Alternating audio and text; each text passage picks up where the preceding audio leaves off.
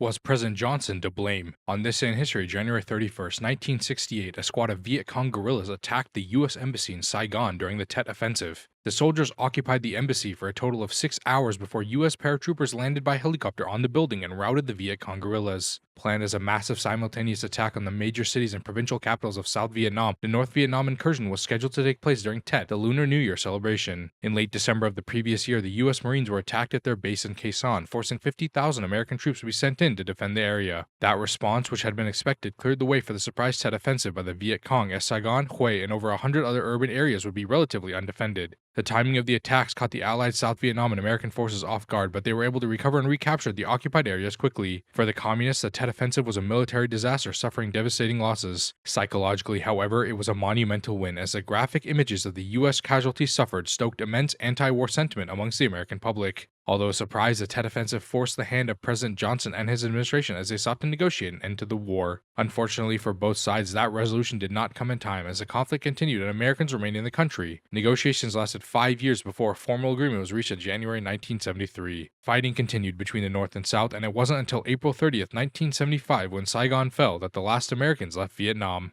If you've learned something, consider dropping a like and subscribing to my channel. Your support would mean the world to me.